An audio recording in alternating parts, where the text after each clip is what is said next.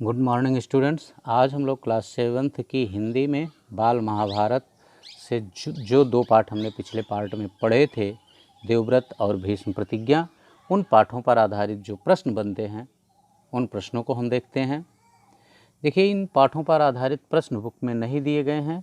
ये प्रश्न हमें उसी जो चैप्टर हम पढ़ रहे हैं उससे पढ़ करके हमें स्वयं निकालने हैं और स्वयं उनका उत्तर उसी चैप्टर से ढूंढ करके लिखना है। तो आइए हम देखते हैं इस पार्ट का पहला प्रश्न। देखिए, पहला प्रश्न कह रहा है कि महाभारत की कथा किसकी देन है। महाभारत की कथा किसकी देन है, अर्थात किसने लिखा है। तो महाभारत की कथा जो है यह महर्षि पाराशर के पुत्र वेद व्यास की देन है। ये था इसका उत्तर।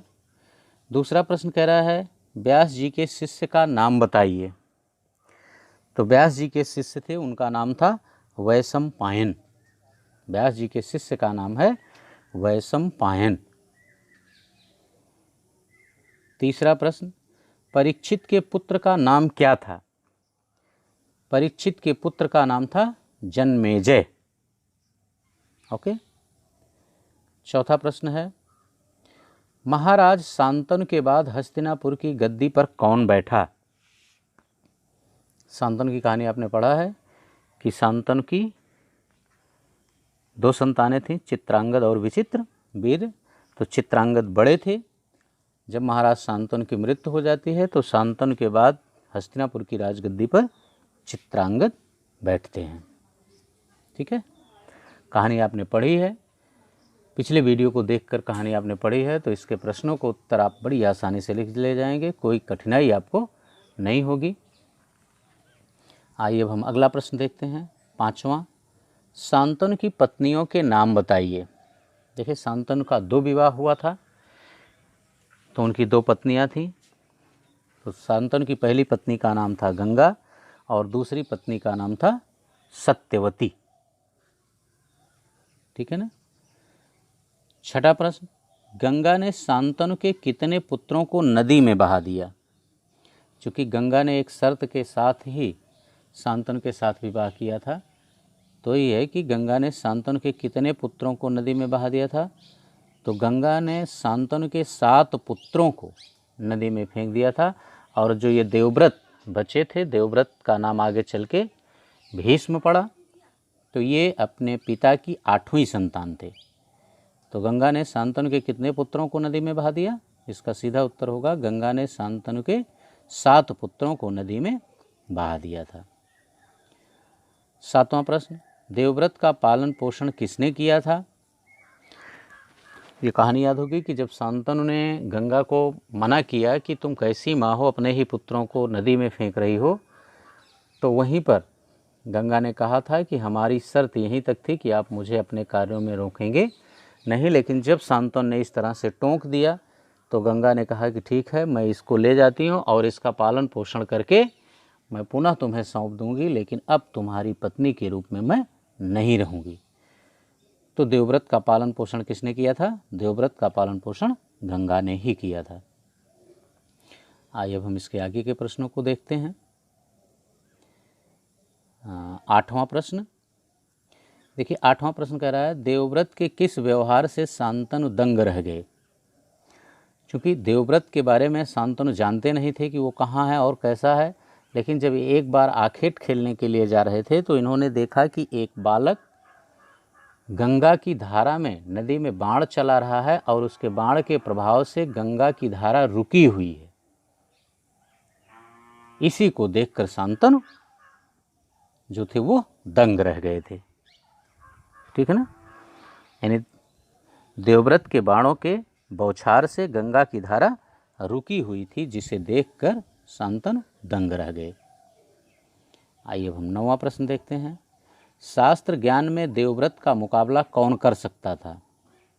और जब इस तरह से राजा उस देवव्रत बालक को आश्चर्यपूर्वक देख रहे थे, तब गंगा निकल के आती हैं और उसका परिचय कराती हैं। तो उसी परिचय में गंगा बताती हैं शांतनु से कि यह आपका ही पुत्र देवव्रत है और आप इसे ले जाइए। यह शास्त्र और शस्त्र दोनों ज्ञानों में कुशल हो चुका है। तो वही बताती है गंगा कि शास्त्र ज्ञान में इसका मुकाबला केवल शुक्राचार्य ही कर सकते हैं। ठीक है ना। आइए हम 10वां प्रश्न देख लेते हैं। रण कौशल में देवव्रत का मुकाबला कौन कर सकता था?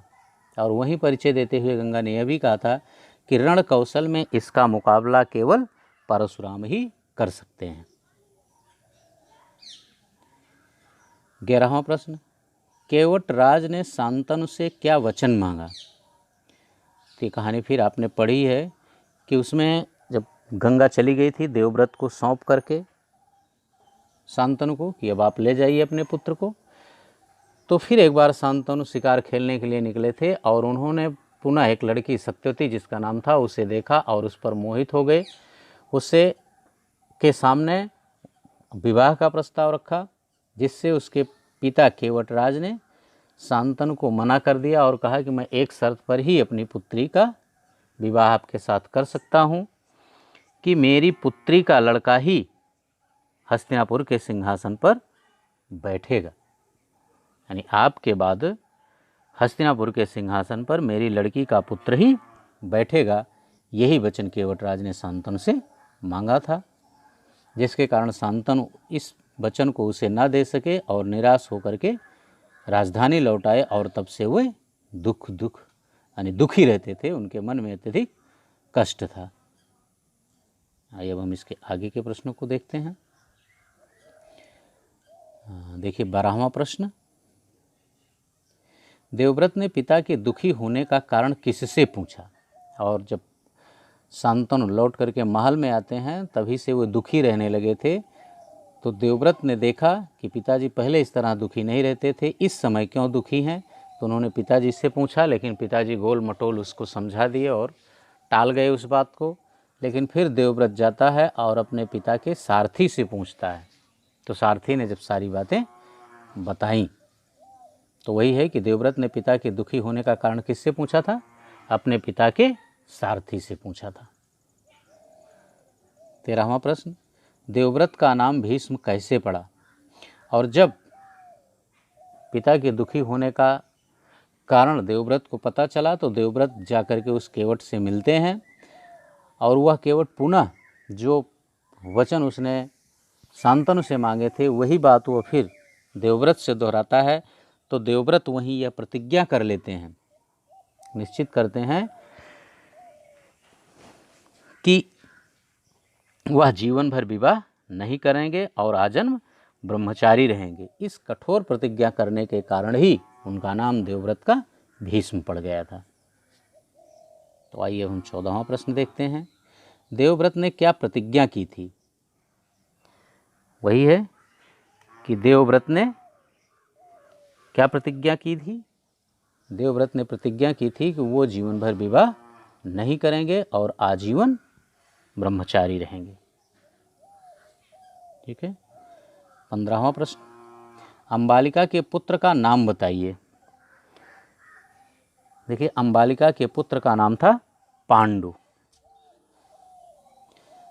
16वां और अंतिम प्रश्न इस पार्ट का, सत्यवती के दोनों पुत्रों के नाम बताइए। देखिए सत्यवती के 2 पुत्र थे, इसको अभी मैंने ऊपर भी बताया था। पहले का नाम था चित्रांगद और दूसरे का नाम था विचित्र वीर। ये दोनों सत्यवती के पुत्र थे।